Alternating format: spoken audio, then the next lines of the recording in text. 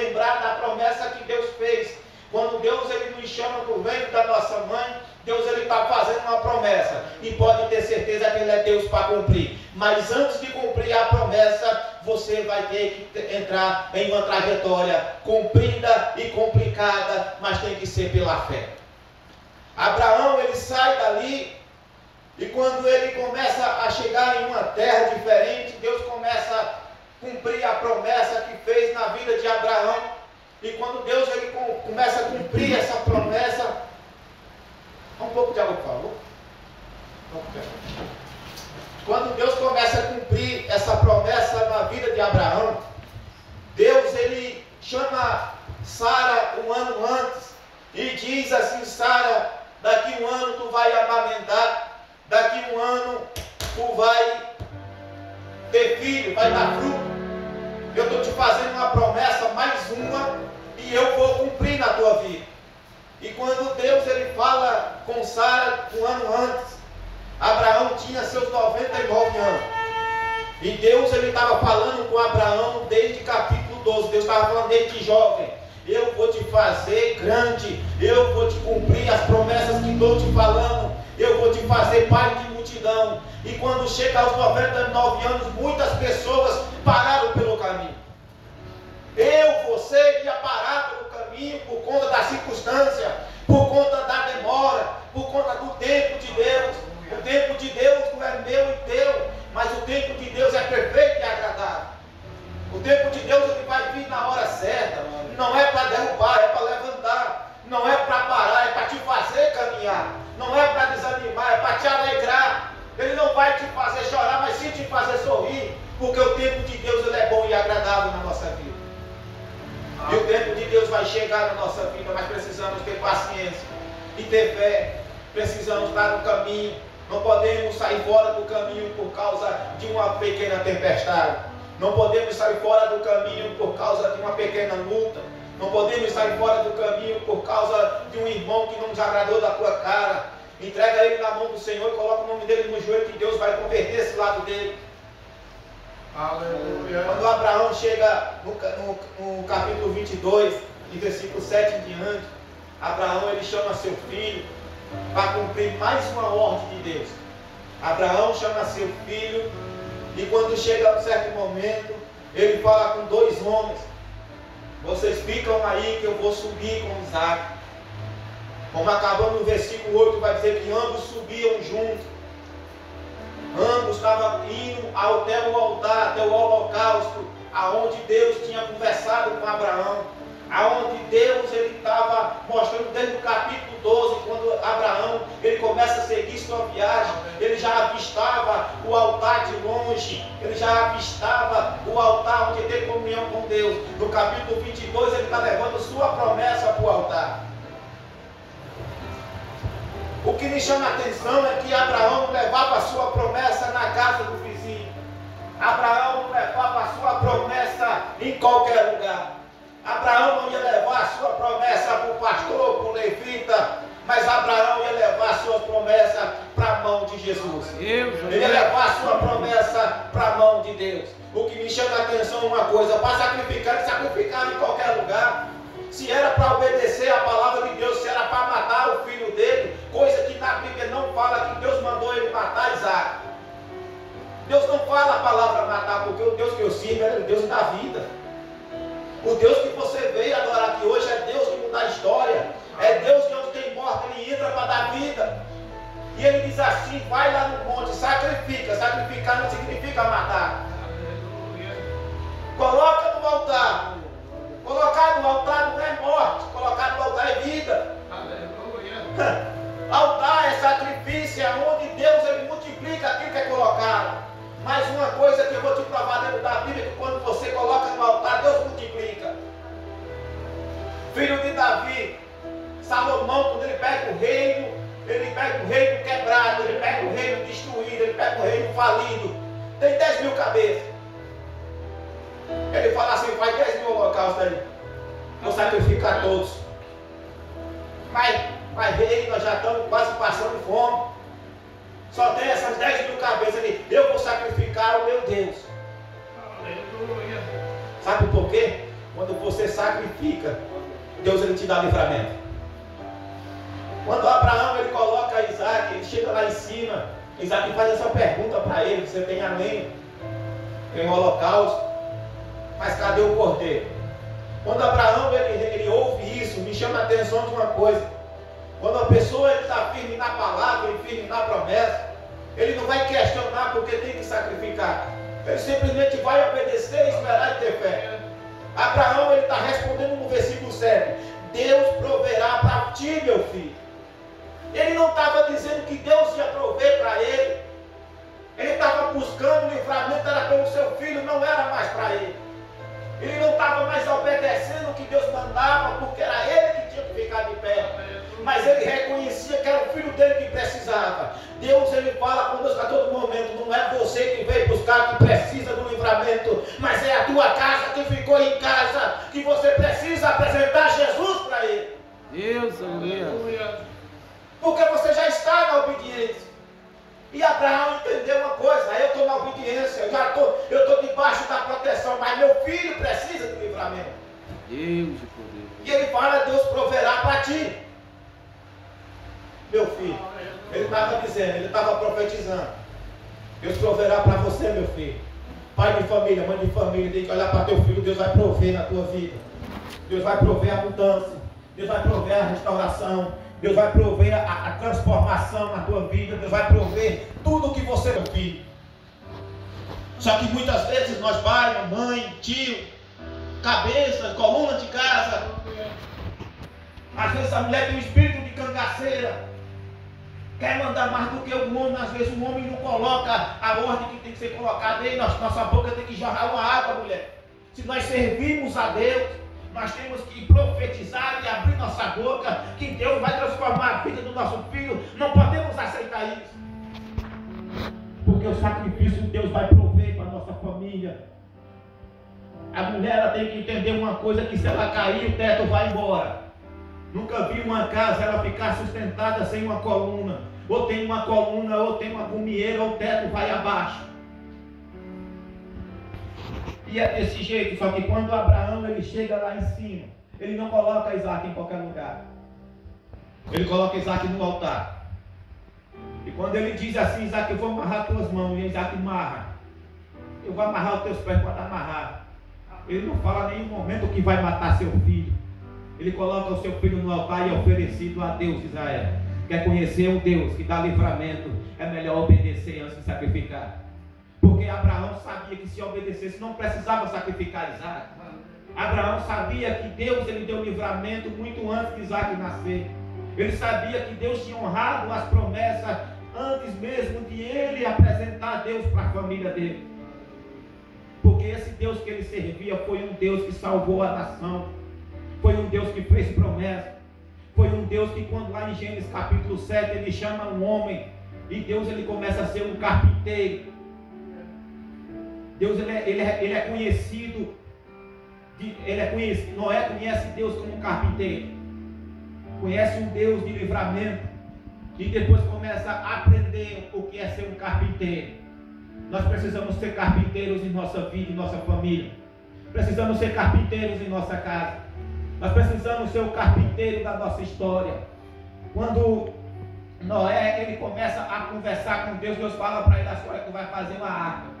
Mas é desse jeito que eu quero que tu faça. O homem nunca tinha pegado no martelo para fazer nada, mas pela sabedoria de Deus que Deus estava dando a ele, e o instrumento que ele estava sendo, e a obediência dele, Deus estava colocando ele no caminho certo.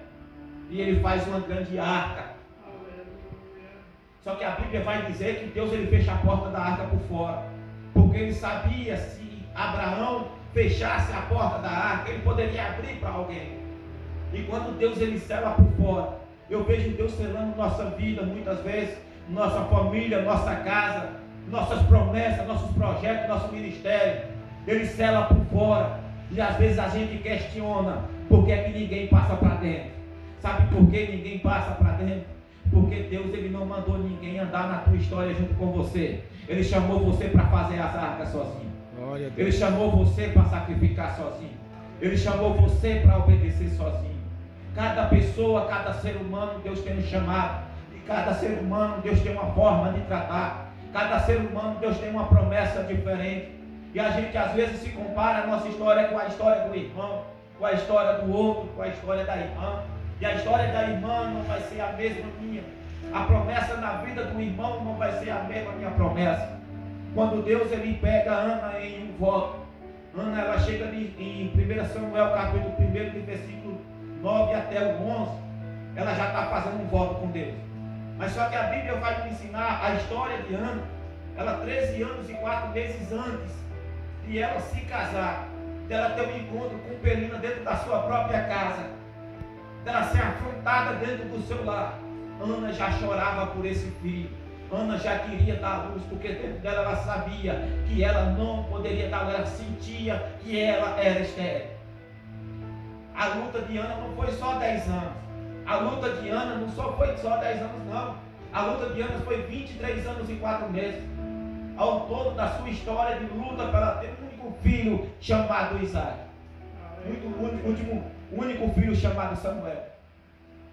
E quando ela tem esse filho chamado Samuel, Deus estava preparando um grande profeta para ir até a casa de Jessé, para separar um rei.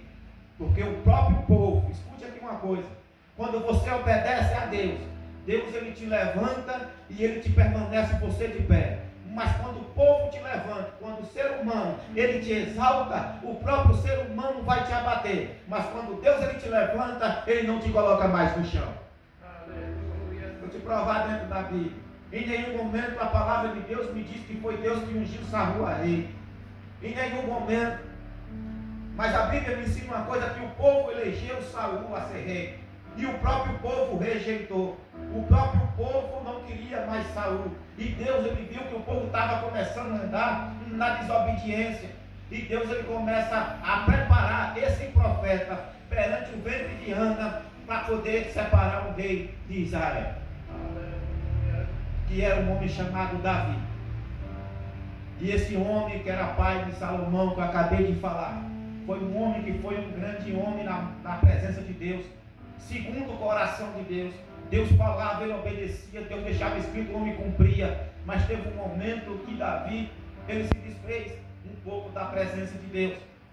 Ou seja, ele planejou uma morte de uma pessoa. Ele pegou o próprio rapaz, ele dá uma carta para ele, e manda ele levar seu general, e diz que estava o nome desse rapaz escrito. E a ordem era para colocar esse nome, essa pessoa que estava o nome na carta, na linha de frente da guerra. O camarada que estava lá, o nome dele foi ele mesmo que foi levar a carta. Mas Deus trouxe ele de volta. E Davi aprendeu da pior forma, que quando a gente desobedece, a gente conhece a morte. Mas quando ele reconhece, como a Bíblia fala antes, o Espírito Santo de Deus jamais se apartou de Davi. A Bíblia diz que quando Samuel derrama o azeite sobre a cabeça de Davi, o Espírito Santo se aposta dele e jamais sai mais. Não sai. Quando Jesus, eu estou preparando uma palavra para domingo, mas vou pegar aqui um pedaço dela. Vou pregar sobre a morte de Jesus. É um culto de missão. E eu estava vendo uma coisa, que quando Jesus ele morre na cruz, tem uma palavra telestada. Tetelestada. Eu fui ver o que significava isso. Quando eu fui ver o que significava, significa: está consumado, está pago toda a sua dívida. As pessoas, o que me chama a atenção depois que eu fui ver isso, o lenço que cobria a face de Jesus fica dobrado, não fica embolado e jogado, fica dobrado e fica colocado na travesseira do seu túmulo quando ele ressuscita. Os judeus, quando eles se alimentavam, ele pegava o seu papel, o papel higiênico seria o pano que se limpava. Ele, quando terminava seu alimento, ele embolava e jogava na mesa. O seu servo sabia o que significava que tinha acabado. Aí eu vejo Jesus dando a nossa chance de estar aqui hoje adorando o nome dele. Deus. Ele começa a dobrar o seu pano e diz assim: olha, está pago. Glória. Significa o pano dobrado, eu ainda voltarei. A Bíblia diz na história que os judeus diziam assim: olha, está dobrado porque eu ainda vou voltar à mesa. Jesus deixou dobrado porque ele vai voltar para buscar a sua noiva. Glória a Deus. E as pessoas não entendem isso. Quando ele deixou o seu pano dobrado, ele estava dizendo: eu voltarei. Os judeus, quando deixavam o seu lenço dobrado, significava: eu volto. Jesus deixou vários sinais: eu vou voltar. Mas o crente hoje em dia está pensando que não vai ter volta de Jesus. Teve crente que já falou para mim que não acredita na tribulação.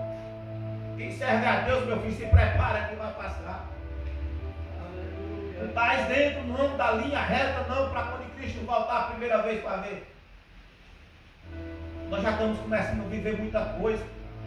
Já estamos começando a ver filhos morrendo, jovens na droga, pessoas que não querem, que estão desistindo de viver em Cristo, pessoas que não estão conseguindo vir à igreja. E às vezes vai usar uma desculpa enfarrapada. O exemplo hoje, que é uma chuva, não é. É a força que não tem mais de buscar o Espírito Santo.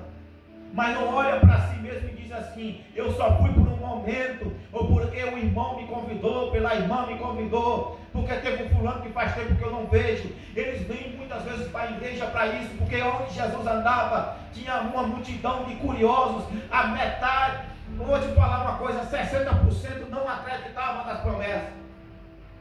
30% acusava, 20% ali, 15% mais ou menos daquele povo tinha fé. Servia a Jesus de verdade. Mas 80% daquela multidão não acreditava mais em Deus. Não acreditava nos ensinamentos de Jesus. Não acreditava que Jesus era o Cristo, o Salvador. Aleluia. Mas nos seus sinais ele vem falando. No túmulo ele arrasta a pedra. A Bíblia não me diz que ficou marca nenhuma, diferente da história de Lázaro. Quando ele manda arrastar a pedra, uma coisa que é arrastada vai ficar a marca no chão. Mas quando eles chegam lá no túmulo de Jesus, nem pedra existia mais. Porque aonde o meu Jesus passa, ele não deixa rastro. Aonde Jesus entra, ele não deixa pela metade. Ele não vai deixar falha na tua vida. O diabo não vai entender o que Deus vai fazer, sabe por quê? Porque ele não deixa os sinais do que ele vai fazer para o diabo atrapalhar. E lá dentro ele deixa mais um sinal. Primeiro ele já fala com a mulher uma coisa: por que tu me procura entre os mortos? Esqueceram da promessa, esqueceram do que Jesus tinha falado, esqueceram que no terceiro dia ele ia ressuscitar, esqueceram que no terceiro dia ele estava de volta. Começaram a buscar aonde que estava a fé desse povo, aonde que estava a fé de um povo que viu ele ressuscitar Lázaro, que viu ele curar cego, aleijado andar, mudo falar. Ele expulsava demônio com a sua presença. E as pessoas esqueceram. E o outro sinal que eu vejo ainda dentro do túmulo, isso é uma história, isso é uma coisa que eu preparei para o domingo muito grande, mas eu quis falar, que Deus trocou para me falar. As pessoas pegam hoje o alimento e jogam o pano embolado, está dizendo que está terminado. Satanás, ele vai te embolar a sua história assim, vai dizer assim: está terminado. Só que quando você olhar para o lado, tem Jesus dizendo assim: ó, meu filho, está dobrado, eu ainda volto para cumprir a promessa. Eu ainda volto para cumprir aquilo que te prometi. Eu ainda vou voltar para a tua história. É só tu me buscar. É só tu querer.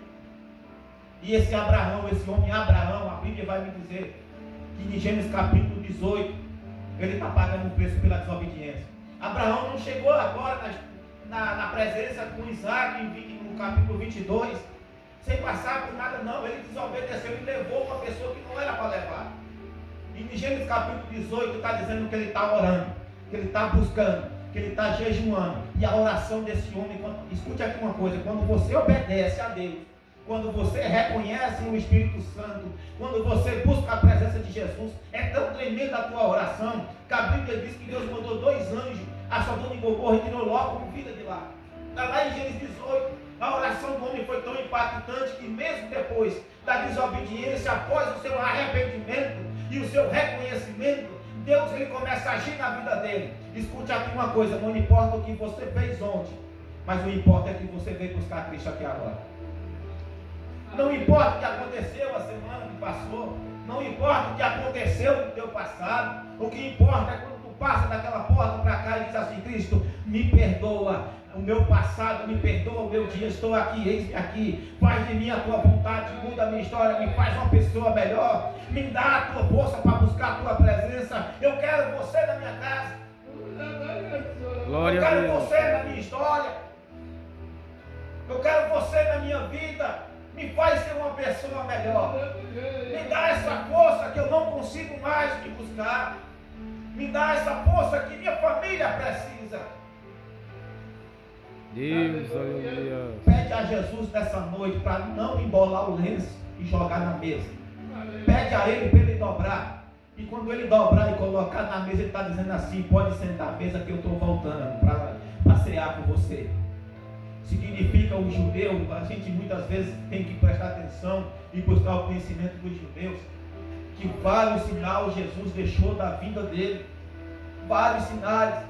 Um sinal fundamental que eu peguei, pastor, eu não tinha entendido antes. Há 11 anos já que eu tinha visto isso aí, eu tentava buscar e não conseguia. Essa semana eu estava voltando o primeiro amor de novo. A gente de vez em quando tem que voltar ao primeiro amor. E eu comecei a buscar e eu vi que quando o judeu ele deixa dobrado, significa que ele vai voltar mesmo. Enquanto a gente estiver ceando com Cristo e Ele conosco, Ele está dizendo assim: eu vou voltar. Ele não despachou você ainda. No túmulo Ele estava dizendo assim: olha, está consumado, está pago, mas eu volto. Ele vai voltar para buscar eu e você. E Abraão, quando ele coloca Isaac no altar, na sua atitude de cumprição da palavra de Deus, Abraão, quando ele vai sacrificar Isaac, Deus interrompe. Um ponto fundamental que eu pego aí: Deus não queria Isaac de volta, Ele só queria a obediência de Abraão. Porque para conhecer um Deus que dá livramento para a tua vida, obedece a Ele primeiro. Ele vai dar livramento para a tua casa, Ele vai dar livramento para teu filho. Ele só não vai salvar a tua família, porque eles têm que buscar pela salvação deles. Mas Ele vai dar livramento, Ele vai dar uma nova chance, Ele vai estar baixando a mão de proteção sobre a vida da tua casa, da tua família, até eles buscarem a salvação deles. Amém? É nosso dia, pastor. Fica de pé em nome de Jesus.